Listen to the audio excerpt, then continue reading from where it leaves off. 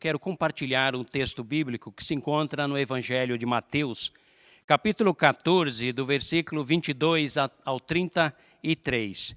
Quero ler para todos os queridos que nos acompanham, os irmãos, irmãs, e aqueles que, de repente, não fazem parte de nenhuma igreja, porque trabalhamos com princípios da palavra de Deus, que podem nos ajudar a compreender e a lidar com essa questão do medo nas nossas vidas.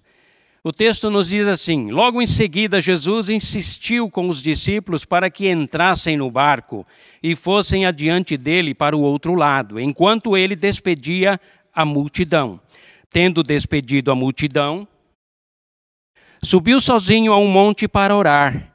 Ao anoitecer ele estava ali sozinho, mas o barco já estava a considerável distância para a terra, distância da terra, fustigado pelas ondas, porque o vento soprava contra ele. À alta madrugada, Jesus dirigiu-se a eles, andando sobre o mar. Quando o viram andando sobre o mar, ficaram aterrorizados e disseram: é um fantasma, e gritaram de medo. Mas Jesus imediatamente lhes disse: coragem, sou eu, não tenham medo. Senhor, disse Pedro, se és tu, manda-me ao teu encontro por sobre as águas. Venha, respondeu ele. Então Pedro saiu do barco, andou sobre as águas e foi na direção de Jesus. Mas quando reparou no vento, ficou com medo. E começando a afundar, gritou: Senhor, salva-me! Imediatamente Jesus estendeu a mão e o segurou e disse: homem de pequena fé, por que você duvidou? Quando entraram no barco, o vento cessou. Então os que estavam no barco o adoraram, dizendo: verdadeiramente tu és o Filho de Deus. Algumas observações, claro que não vamos explanar o texto de maneira alongada. Quero apenas chamar a atenção para uma verdade que salta aos olhos. Gente como nós. É gente como a gente. Ou, numa linguagem melhor, são pessoas semelhantes a nós. Quem são essas pessoas? Os discípulos. Aqueles que andaram com Jesus. Aqui nós estamos no capítulo 14. Todos os capítulos anteriores, eles contemplaram o poder do Mestre. Eles contemplaram e conviveram com o agir sobrenatural. Aliás, eles haviam acabado de presenciar a multiplicação dos pães. Só que o contexto do capítulo 14, ele é altamente estressante. Porque primeiro Herodes faz a decapitação de João Batista. Jesus nem ao menos ao funeral de João Batista pôde ir, porque ele foi sepultado. E Jesus recebeu a informação posteriormente. Havia um estresse no ar. Além da decapitação, da morte, da partida do seu amigo, havia uma multidão de 5.000 pessoas famintas. E Jesus, movido de compaixão, juntamente com os discípulos, faz a multiplicação, os desafia a alimentar a multidão. Os discípulos questionam naquele estresse tremendo: quem pode alimentar essa multidão? É tantas pessoas. Jesus então multiplica os pães. Então a gente observa no capítulo 14 inteiro um dia mau. Coisas boas estavam acontecendo, mas um dia altamente estressante, tanto para Jesus como para os seus discípulos. E olha que interessante, vai desaguar exatamente no 22, quando Jesus, o texto diz assim, ele insistiu com os discípulos. Ora, havia alguma necessidade de Jesus insistir para que uma ordem fosse obedecida? É claro que não. Só que o estresse, o mau dia, a circunstância, a situação que estava oprimindo a todos, conduziu e contribuiu exatamente para o resultado de tudo isso, que foi essa experiência desastrosa. Porque a água, ainda para ajudar, as ondas batem no barco e os levam para longe. Jesus, apesar do estresse, ele não é levado pelo estresse. Ele não é acometido do estresse. com toda aquela dinâmica, labuta do dia, ele despede a multidão. Você consegue imaginar Jesus despedindo a multidão? Não é como muitos pastores que de repente tem 100 ovelhas e despede 50 e sai, vai embora, não. 5.000 pessoas Jesus despediu. E é claro, os discípulos no barco, ansiosos, sem dúvida. Mestre, está demorando muito. Mas o nosso mestre não se apavora com circunstância nenhuma. E ele sobe ao monte para orar sozinho. E quem sabe os discípulos lá no barco, estressados, estavam dizendo, está orando demais, está demorando muito. As águas estão nos levando para as profundezas do oceano. E agora, todo aquele estresse deságua exatamente no quê? Na leitura equivocada da realidade, no medo, no pavor, no pânico. Quem sabe Jesus estava colocando aqueles discípulos numa quarentena no barco. E quem sabe a perspectiva de Jesus era que aqueles homens não dissessem nada, apenas ficassem em silêncio, aguardando o desfecho. Mas a ansiedade, somado ao medo, à insegurança, à incerteza, levou aqueles homens até mesmo, ao verem Jesus caminhando sobre as águas, gritarem aterrorizados. Sabe o que significa aterrorizado? É um pânico profundo, confunde todo o cérebro, confunde toda a leitura da realidade. E eles estavam vendo o quê? Ao invés de vendo Jesus, estavam vendo um fantasma. Quantos de nós estamos agora, nesse exato momento dessa pandemia, sendo atormentados pelos fantasmas? Os fantasmas que as redes de comunicação estão nos passando em relação ao futuro. O fantasma do medo do desemprego, o fantasma do medo da doença, o fantasma do medo da morte. E de repente eu e você estamos gritando. Nesse contexto surge alguém que é um pouco mais espiritual, chamado Pedro.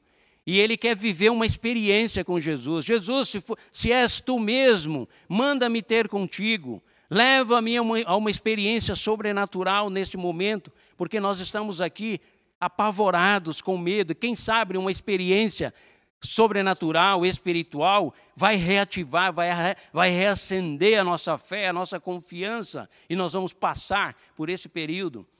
E interessante que o mestre, sempre didático e sempre possuidor de um conhecimento profundo e amplo, procurando sempre passar verdades além da nossa própria percepção e capacidade de entendimento.